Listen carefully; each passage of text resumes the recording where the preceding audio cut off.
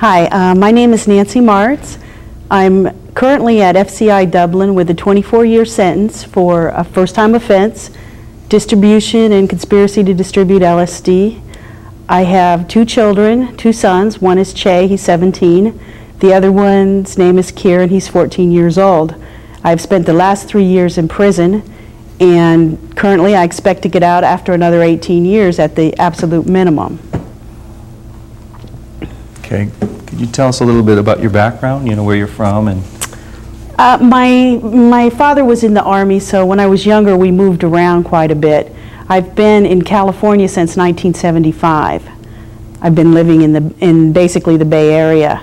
I spent a lot of time working with the disabled community in Berkeley. I also taught computers and did financial aid at a small training program in Richmond, California.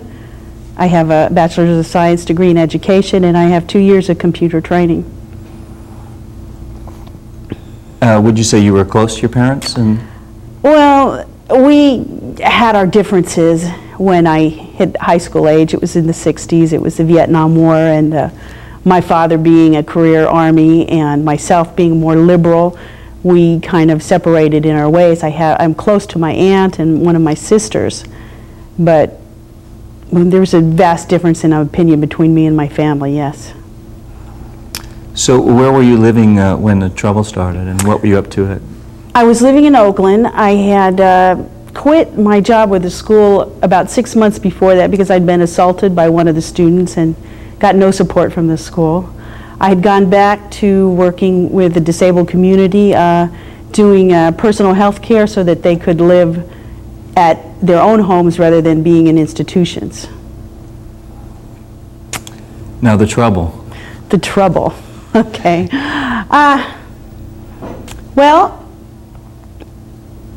it started with, one of my roommates was involved with LSD sales. And he sold, I imagine, to quite a few people. I wasn't aware of exactly who or what. And when he moved out of the house, they started calling and looking for him, and eventually ended up talking to me. There was one person that I sent LSD to in Iowa who wanted very small amounts, maybe 100 doses every 6-8 weeks, 2 months. So it wasn't like it was a vast distribution. It was a small amount that he was using for himself, and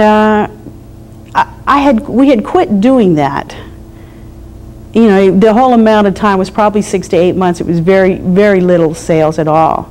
But one of his friends got into trouble in Iowa and said, "Gee, I know where you can get some LSD. Let me help you arrest somebody else, and then you won't have to worry about my parole violation." So he approached this man who agreed, and he mailed to California and received LSD in the mail and was arrested. At that point, he was sitting in county jail being threatened, and it took him about a day to decide that he was going to cooperate with the federal authorities, and they did 2 more buys through the mail. They didn't really make any effort to find out who was mailing from California. The house that it was going to had about 4 to 5 people in it. They made no surveillance. They didn't know who was doing it. They were just putting money in the mail and collecting it in Iowa. This process stopped when they received a letter after their 3rd time saying that this wasn't going to happen anymore. So at that point, they came to California and arrested me. They being? The Iowa federal agents. Oh, what branch of? Postal inspectors. They came to California, arrested me, threw me in jail. The whole time, they didn't really know how to find San Francisco from Oakland, so they're asking me for directions and threatening me and telling me I'm in big trouble and I better just immediately start talking, and I never did end up talking to them. I spent about a week in jail, and the judge released me, said I was not a threat to society, and I didn't even have to post any bail. It was a $100,000 bail, and I walked out of the courtroom with no bail being posted. Mm-hmm. Now, when you say you were arrested, could you tell us how the arrest happened? I was coming home, got out of my car, went over and checked my mailbox. These two people jumped out of their car and said, are you Nancy Martz? And I said, yes. And they said, let's make this as easy as possible. You're coming with us. They made an effort to get me to go into the house, because I was carrying something in my hands, and I said, okay, we'll just leave it on the doorstep. And they go, oh, well, it might get stolen. You better do something about this. And I said, well, no, I'm not inviting you into my house. So they never did, and they just took me to the county jail and left me with the California authorities. Oh, were your sons living with you at this time? My sons were living with me. They were at school because it was during the day. Mm-hmm. So they were not home at that time. So you were released on bail, and then what happened? I went back to Iowa for an arraignment, and they had a hearing, and they decided that it was fine with them for me to stay out on bail.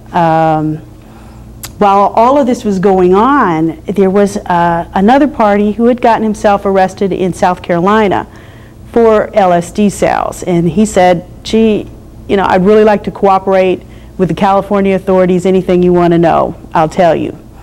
He came back to California, and they said, well, how about LSD and Nancy Martz? He goes, yes, I know all about it.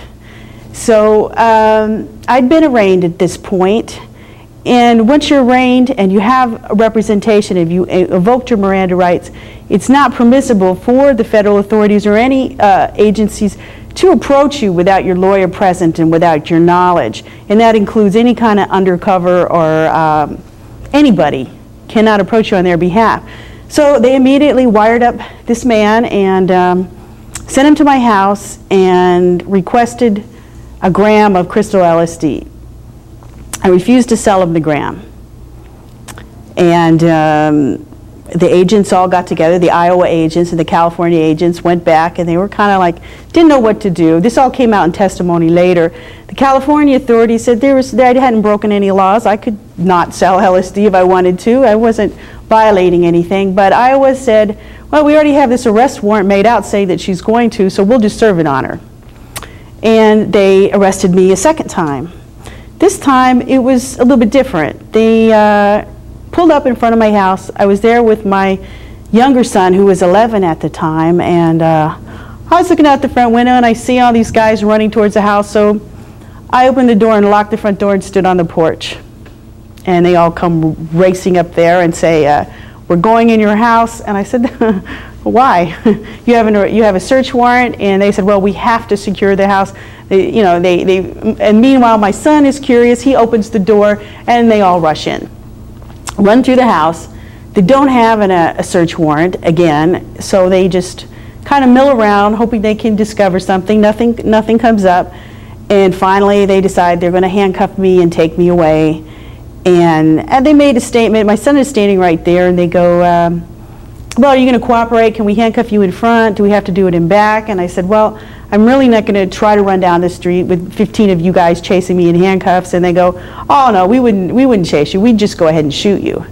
And my son's just standing there, and he's kind of upset by it. And we all troop out, and he's left there alone. Their whole purpose of entering the house was to make sure that he was all right, but they made no effort to wait until somebody came to be there with him, because they allowed me to call someone to come, but they just left him there at the house and took me away, insisted I take my purse. I said, well, no, I won't be needing it in county jail, so I left that there. And I spent another week in jail. We go to the San Francisco judge, and he was just appalled that they arrested me for apparently no reason. He played the tape that had come from the wire, and told them to release me immediately. There was no reason to keep me, and there was no reason to have arrested me. Which judge is this now in San Francisco? I'm not sure of the names, because okay. I just saw them briefly. Okay, and again, who is they now? Is it still the postal inspector? It's still the postal inspectors. The California authorities don't really want anything to do with it. They had thought they could come in and do an undercover buy, but I refused. So as far as California is concerned, I haven't done anything. But Iowa has different ideas about this. So again, I have to go to a hearing in Iowa. I go before a magistrate. His name was Jarvie. He listened to the tape, And he listened to the testimony, and he decided I was a dire threat to society and I needed to be arrested. So at that point, I was in county jail, and I never came back out. What was it that was said on the tape, from the wire? He asked me if I would sell him drugs, and I said no. The reason was, from their point of view, is I violated my bond because I was negotiating a drug sale. Even though it was illegal for them to approach me and no drug sale happened, I violated my bond.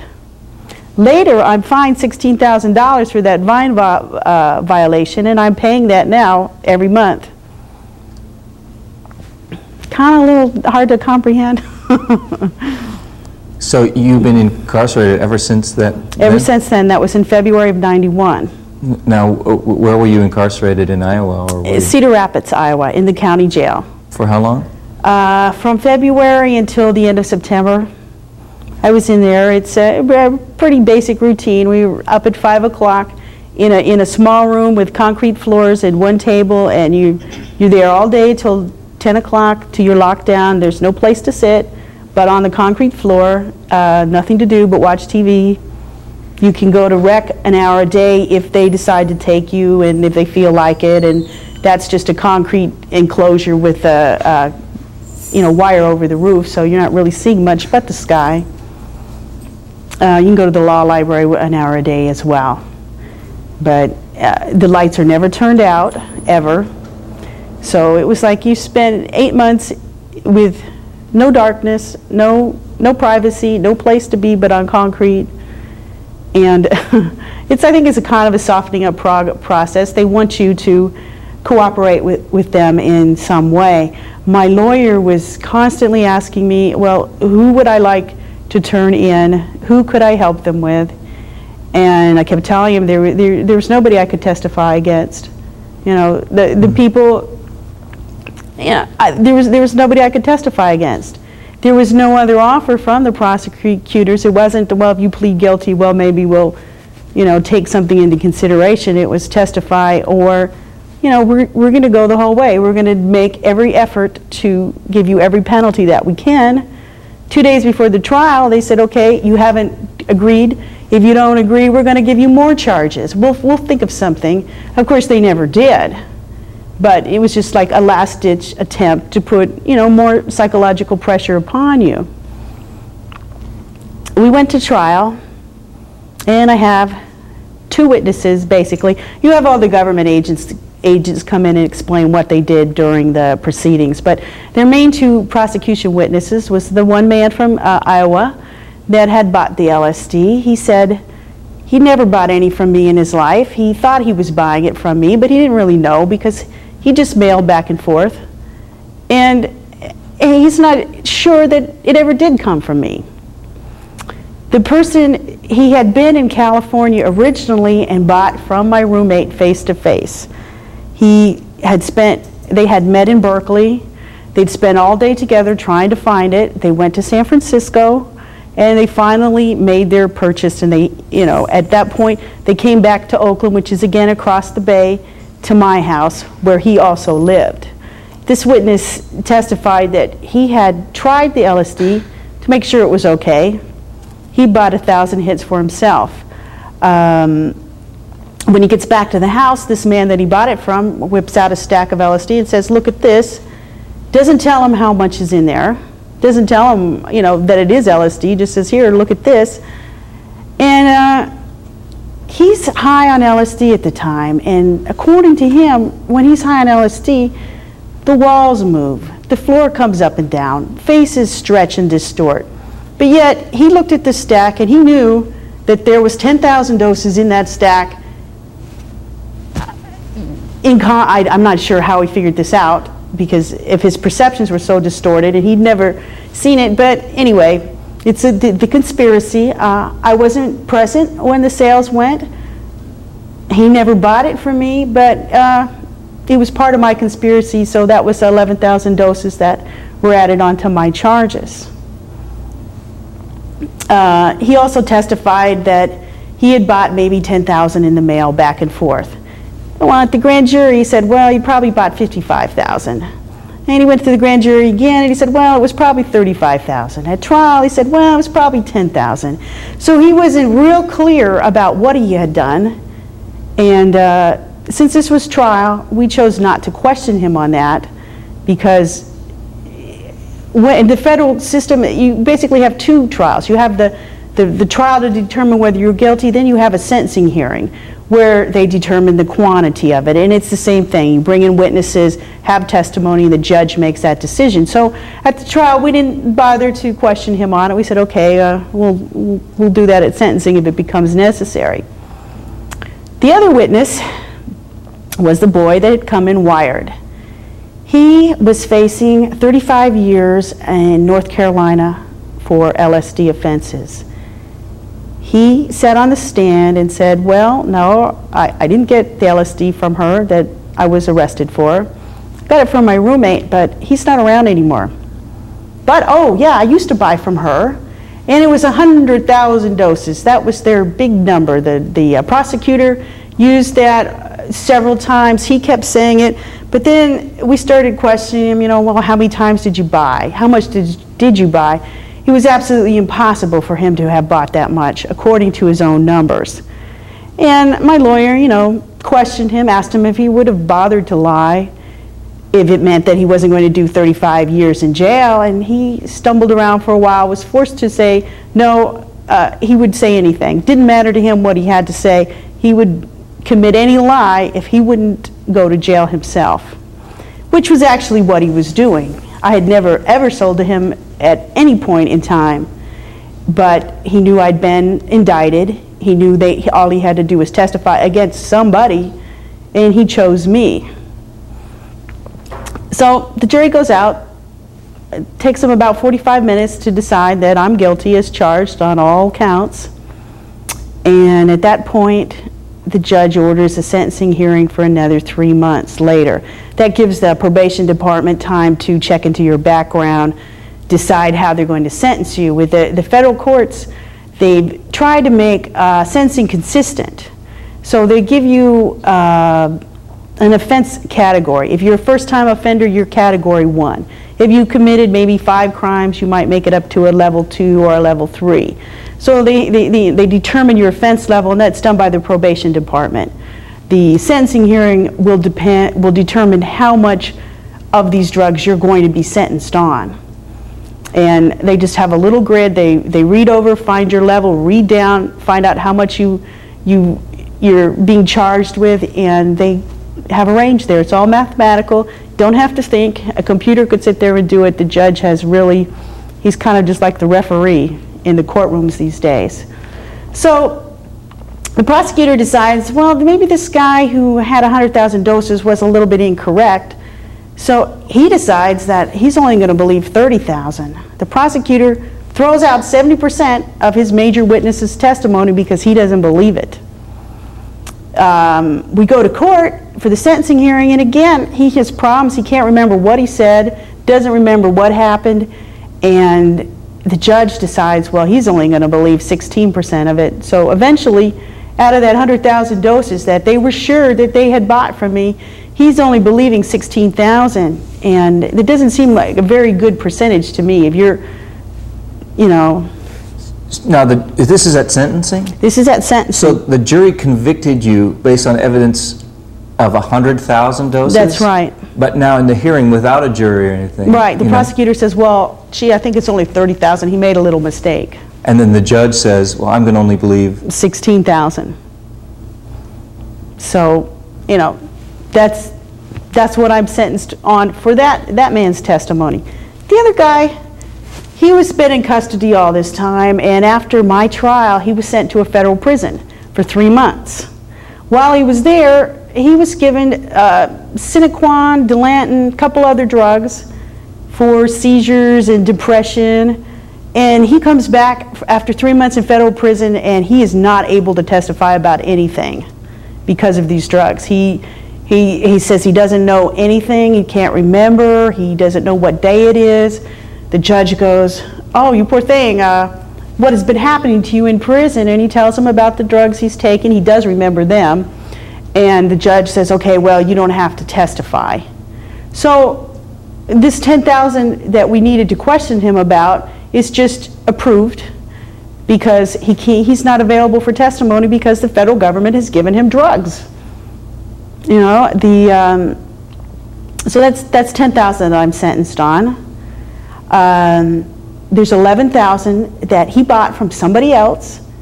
He testifies that I wasn't around, but it's part of the conspiracy. I'm charged with that. So when it comes down to it, that 24 years comes from basically 1,800 doses of LSD that might have come from me as far as they're concerned, and it comes from 32,000 doses that are very, you know, it's hard to believe whether they're true or not. There's no clear evidence. The judge is in the position where he has to decide how much he'll believe, how much he won't believe. But they don't have to produce it. They don't have to have any collaboration. They simply have to get somebody up on the stand to say, this is what happened, and they decide what they believe of it. So you're saying they had 1,800 doses in physical evidence? That's correct. And the rest was based on the evidence of these two people? Right. And it was just that they chose to believe these two people, and that became the basis upon which your sentence derives? That's correct. Okay. So, so for a total of how many doses now? 33,800. And so, by virtue of that, you got a 24-year mandatory minimum sentence? I got a 24-year sentence, yes. And do you know what happened to the two people that testified against you? Yes, the one that had the 100,000 doses, he got 5 years probation, didn't do any time in jail whatsoever. The other one who had the remainder of it, he got a 7-year sentence.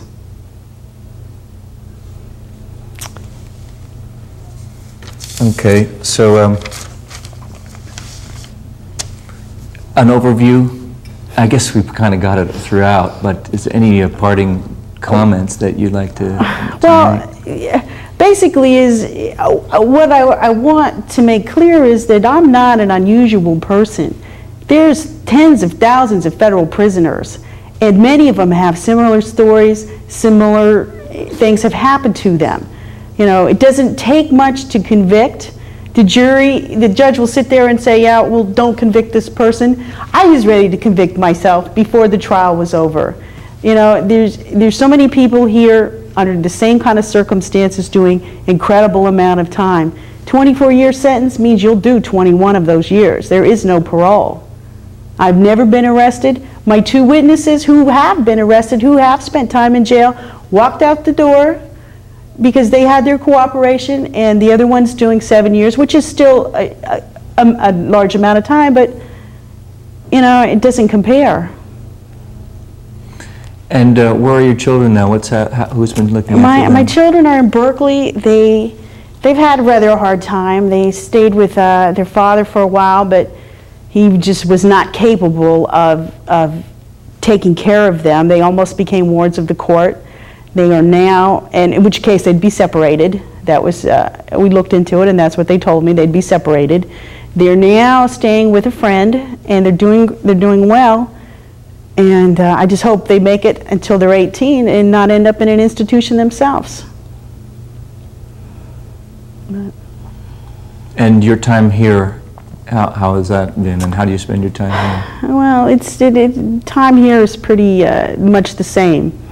You know, there's not much good happens, there's not much bad that happens. I work, I spend a lot of time doing crafts. I do beadwork. I've won some prizes at some of the fairs and stuff. I write a lot. I try to educate anybody who will listen to me. I write to the Sentencing Commission. I write to the Congress people. I get some responses. I help tutor some of the GED in college classes. I happen to have a college degree, so there is no education here for me whatsoever.